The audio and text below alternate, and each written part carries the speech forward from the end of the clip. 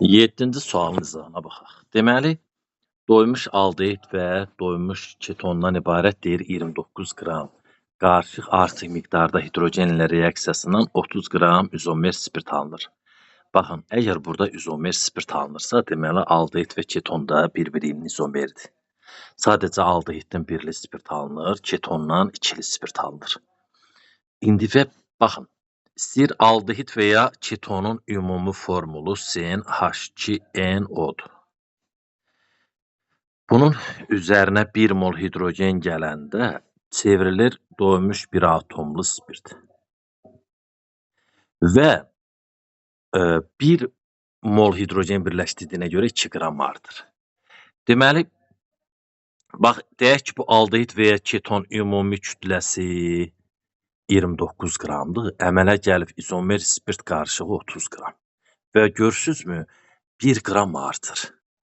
Bu artım nəyin hesabınadır? Reaksiyaya girən hidrogenin hesabınadır.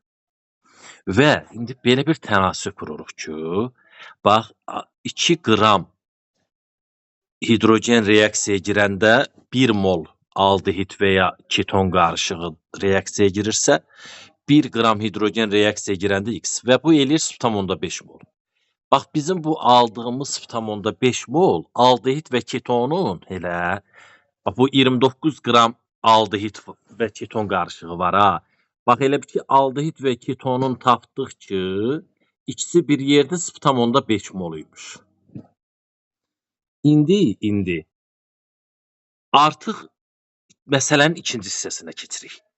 Bu gümüş yüzgü reaksiyasıdır da. Bu artıq aldehid reaksiyaya girir, amma keton yox. İndi və bilirik ki, aldehid CnH2nO gümüş bir oksidin amonyakda məhlulunda oksidləşəndə çevrilir 1 mol doymuş bir əsaslı karbon turşusuna və 2 mol da gümüş çökür.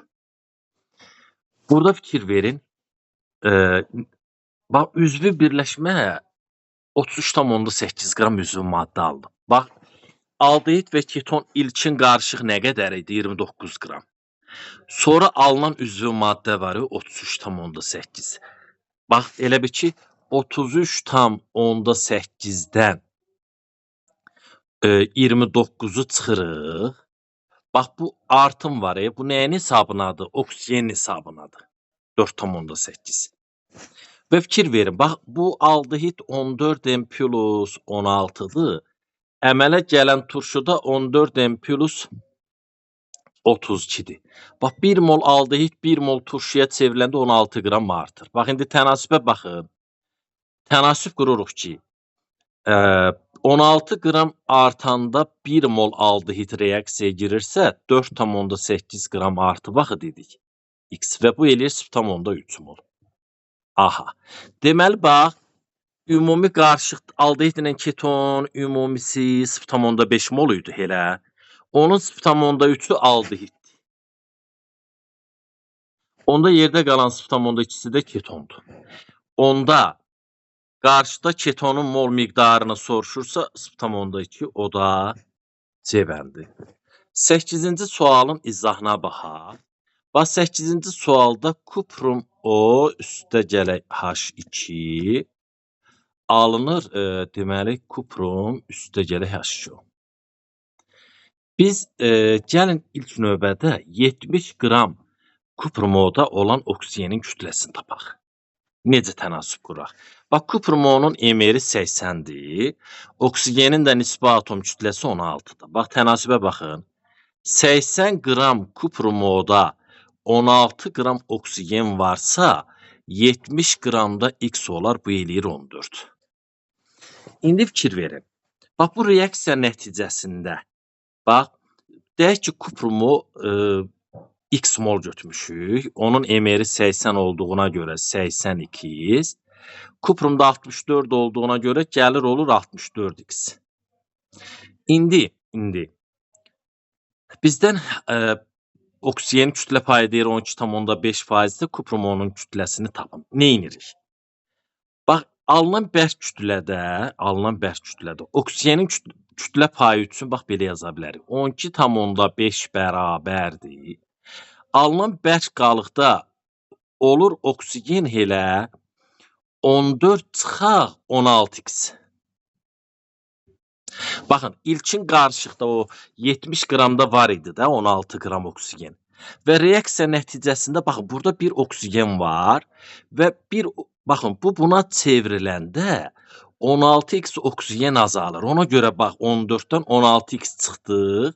Bir də bölürük nəyə? Alınan bərk kütlə nə qədər olacaq? Baxın, 70 çıxaq elə 70 çıxaq.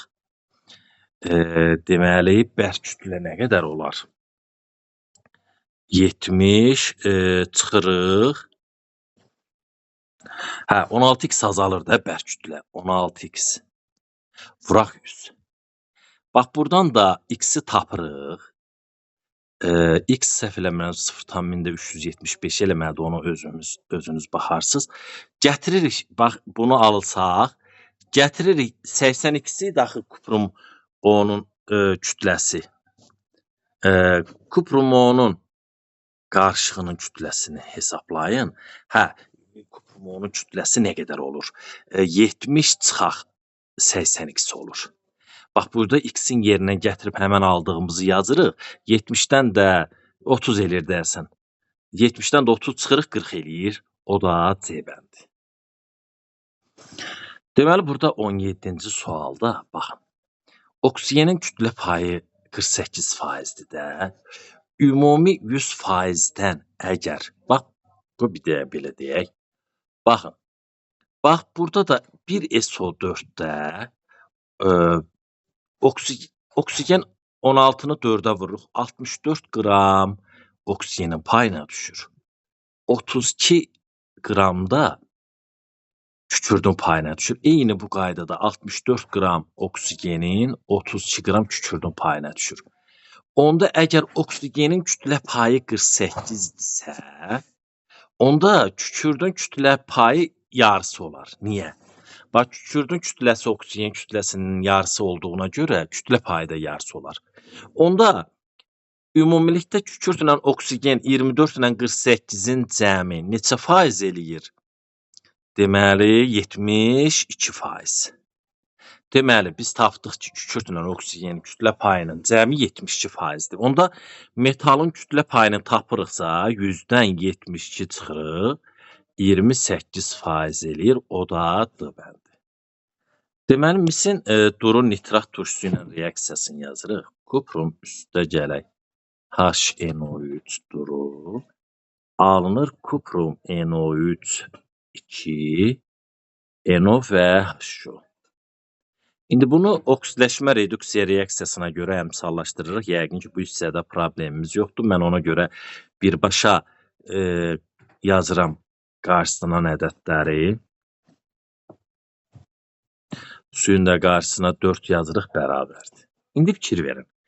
Bax, qrafikdən görürük ki, reaksiya girən maddənin biri M-dən 52-yə gəlib, 52 qram artıq qalıb, biri də M-dən 0-a gəlib.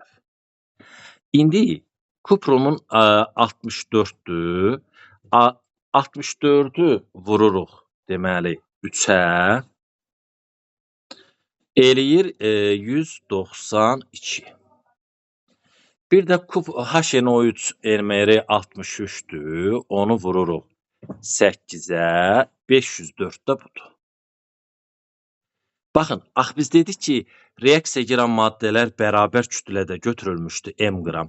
Bax, bu azı burada çoxa bərabər götürürük. Baxın. Və görək kuprumdan artıq qalır da. Nə qədər artıq qalır? 312 qram. Tənasibə fikir, bir də burada oksidləşdirici azotdur da. Müsbət 5-dən müsbət 2-yə gələndə elə bir azot 3-ünü alır. Axı, burada 2-si var. 2-si 6-sını alır. Tənasibə fikir verin. Kuprumdan 312 qram artıq qalanda oksidləşdirici 6 elektron alırsa, qrafikdə nə qədər artıq qalır? 52 qram X. Və buradan X alırıq. 1 doğru cavab A bəndi. Deməli, burada 23-cü sualda ilk növbədə bax, N2 üstə gələk 3H2 alınır 2NH3. Bura yazırıq başlanğıc, sərf olunan tarazlıq.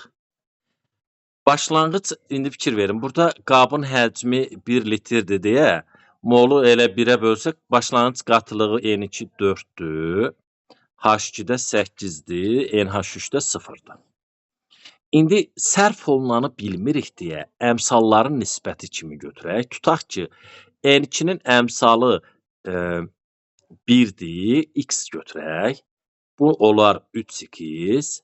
Onda N2-nin tarazlığı olar 4 çıxaq 2x.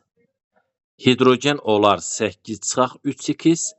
NH3 də olar 2x. Bunu burada saxlayaq. Bir də baxın, N2-də 3 qat rabitə var. H2-də bir dənə sigma rabitə var. Alınan NH3-də də 3 dənə rabitənin 3-ü də sigmadır. İndi bizə deyir ki, qeyri-polyar kovalent rabitələrin sayı 2,5 dəfə azalarsa. Baxın, biz ilkin görək 4 mol N2 və 8 mol H2-də nə qədər qeyri-polyar var? Bax, N2-də yuxarıda yazmışıq. 3 dənə qeyri-polyar var. Vururam moluna. 4 vuram 3. 12 qeyri-polyar burada var. Hidrogende 1 qeyri-polyar var. Onu da vururam 8-ə. Eləyir 8. Ümumi oldu mu əvvəl 20 qeyri-polyar? Onda əgər 2,5 dəfə azalırsa, görək neynirik? Bax, ilkin məhluldakı qeyri-polyar var. Qeyri-polyarımız deməli, əvvəlcə biz x-i tapmalıyıq. Bəs alınan ümumi qarışıqda qeyri-polyarı tapaq. Bax, neynirik? Deməli, hidrogenin molu var. N2-nin molu 4. Elə ki, bax, sürətə 20 yazaq. Bu 2,5 dəfə azalırsa, deməli, başlanğıcda qeyri-polyar alınandan 2,5 dəfə çoxdur da. Bax, əvvəl 20 qeyri-polyar var. Bəs nə qədər alınanda qeyri-polyar var? Bax, burada yazmışıq N2-nin molu. Tarazlıq molu 4 çıxaq x-dir də. Orada 1 mol N2-də 3 dənə qeyri-polyar varsa, bax, 3 vuraq. Deməli, 4 çıxaq x. Üstə gələk. Bir də hidrogende alınanda bir dənə qeyri-polyar var idi. Elə bu 8 çıxaq 3x. Bax, burada, bax, bunu bərabər götürürük 2,5. Bildiniz də niyə? Çünki əvvəl qeyri-polyarımız 20 imiş. Sonra 2,5 dəfə azalıb. Və alınanda isə, bax, qeyri-polyar budur. Onsuz da NH3-ü mən niyə nəzər almadım? Orada qeyri-polyar yoxdur da. NH3-də ancaq polyardır. Bax, buradan x-i tapırıq. Biz heç burada yuxarıda biz bu hissəyə ehtiyac yox idi. Bax, N2-də nə qədər qalmışdı? 4x. Moludur da. Bunu vururam 1 molunda olan qeyri-polyar. Bir də H2 nə qədər qaldı? 8 çıxaq 3x eləmi. Bunu bərabər götürürəm 8-ə. Hardan aldım 8-i? Axı, qeyri-polyar 2,5 dəfə azalır. Əvvəl qeyri-polyar 20 idi. 20-ni də 2,5-ə böləndə 8. Bax, buradan x-i tapırıq 2. İndi gətirib, bax, burada x-in yerinə 2 yazırıq. Bu 2 eləyir. Burada x-in yerinə 2 yazırıq. Bu da 2 eləyir. Burada da x-in yerinə 2 yazırıq. Bu da 4 eləyir. İndi tarazlıq sabitini tapa bilərik. NH3-ün kvadratı, yəni 4-ün kvadratı bölək. N2, 2 vuraq, 2-nin kubu. Və buradan alırıq 1 A bəndi. Deməli, burada 27-ci sualda, baxın, neynirik? Bu, orta molyar kütləsi var. Diagonal qayda üsulu ilə, bax, neynirik? Hidrogen yazırıq, bir də oksigen. Bunların emerlərin qarşısına yazırıq M ortanı ortaya. Və diagonal istiqamətdə böyükdən kiçiyi çıxırıq. Bu eləyir 4. 32-dən də deməli, daha doğrusu 8-dən 2 çıxırıq 6, 32-dən 8 çıxırıq 24. Bu da nisbət eləyir 4-ün 1-ə. Deməli, ilkin qarışıq 4-ün 1-əymiş. İndi guruldayıcı qaz 2 mol hidrogen və 1 mol oksigen qarışığıdır da. Bizə deyir ki, 15 mol guruldayıcı qaz qarışığını almaq üçün. Amma əslində burada bir məsələnin şərtində çatışmayan hissə var. Bu 15 mol qaz qarışığıdır. Deyir, bu 15 moldan elə guruldayıcı qaz qarışığını almaq üçün elə hansı qazdan nə qədər əlavə etmək lazımdır? Baxın, biz aldıq 4-ün 1-ə nisbəti. 15 mol, bax bu 4-ün, gəlin belə eləyək də, bura 4A yazaq, bura A yazaq, belə olsun. 4A'nın A'ya nisbəti. 4A ilə də A'nı toplasan 5A bərabərdir deyə 15-ə. Deməli, buradan A bərabərdir 3-ə. Biz tapdıq ki, indi gətirib burada A'nın yerinə 3 yazırıq. Bax, ilkin qarışıq 12 mol hidrogendən ibarətdir, 3 mol da oksigenden ibarətdir. İndi biz, bax, bu guruldayıcı qaz qarışığı 2-nin 1-ə nisbətidir də. Deyək ki, bax, 12 budur, 3 budur. Biz bura 3 əlavə eləməliyik, 12, 6 olsun ki, elə o 2-nin 1-ə nisbəti guruldayıcı qazı versin. Bir də neyniyə bilərik? Bax, tutaq ki, oksigen saxlayıb 3 molu. Bundan nə qədər çıxartmaq? Bundan 6 qalması üçün 6 çıxartsaq elə guruldayıcı qaz qarışığı olar. Bəli, bax, bu da düzdür. Amma biz 3 mol hidrogen, baxın, ilkin qarışıqda 12 mol hidrogen var idi, 3 mol oksigen var idi. Əgər biz bura 3 mol hidrogen əlavə eləsək, onda 15-in 3-ə nisbətidir. Bu 2-nin 1-ə nisbətini vermir. Ona görə burada doğru cavab D bənd olur. Baxın, 31 lövhə məsələsidir. Burada fikir versiniz. Lövhə 50-dən 60,3-ə gəlib və 13,3 qram lövhə artıb. Gəlin reaksiyalarımızı yazaq. Bax, sink üstə gələk qurğuşun NO3 2. Buradan alınır sink NO3 2. Üstə gələk qurğuşun.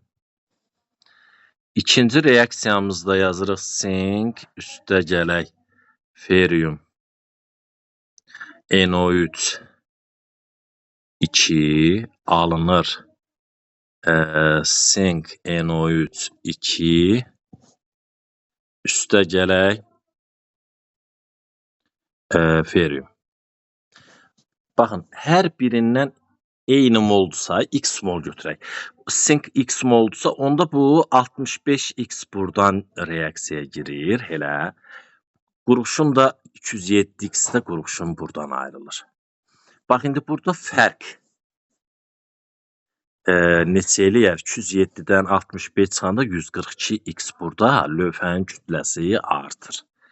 Burada isə 65x sink reaksiyaya girəndə 56x dəmir ayrılır. 56 ilə 65-in fərqi burada isə 9 eləyir də. 9x də burada lövhənin kütləsi artır. İndi 142x ilə 9x-i toplasaq 151x. Bax, bu 151x bu bərabərdir 13,3-ə. Bir dəqiqə görək, dəqiqləşdirək görək, düzdürmü? 207-dən 65 çıxanda